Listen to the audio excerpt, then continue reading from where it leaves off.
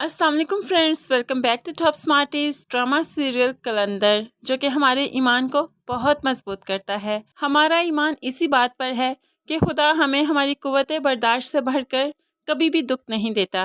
अब यहाँ पर दुर्योधन जो कि हारने लगी है, हालात के हाथों वो भी अब टूटने लगी है, तो खुदा की ज़ात भला उसे कैसे टूटने देगी। उसने जो खुदा से इंसाफ तलब किया था, भला उस अदालत से उसे इंसाफ क्यों ना मिलेगा। सुंबल जो कि दुनियावी खुदा बन बैठी थी, दुर्योधन की ज़िंदगी का हर फैसला चाहती थी कि वो खुद करे, यहाँ तक कि तबरेज़ उसकी ज़िंदगी में रहेगा या नहीं, इसका फैसला भी तो सुंबल खुद ही करना चाहती थी। आज वही इस दुनिया से हारने लगी है, अपनी सांसें गिन रही है। यहाँ पर वो बहुत ही बुरी कंडीशन में है।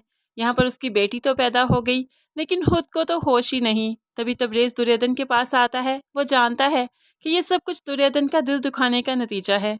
तभी तो उससे आकर इल्तिजा करता है कि तुम सुंबल की ज़िंदगी के लिए दुआ करो, खुदा तुम्हारी दुआ कभी भी रद्द नहीं करेगा।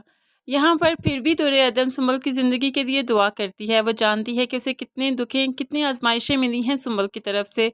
उसका बच्चा भी तो सुंबल की वजह से ही उसने खो दिया था।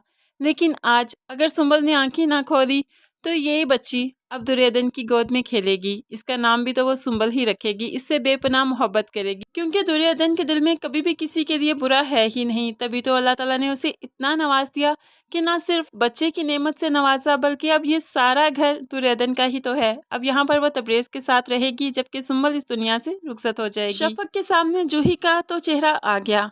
उसे समझ आ जाता है कि दुर्योधन की कोई गलती नहीं, क्योंकि जूही ने खुद तस्लीम किया है कि तुम तो मेरे भाइयों पर हक जताने लगी थी, जिसकी सज़ा तुम्हें मैंने ये दी है कि तुम्हें उस घर से ही निकलवा दिया। लेकिन यहाँ पर अब दुर्योधन के कहने पर शफक से सुलह भी करेगा और उसका घर भी आबाद हो जाएगा।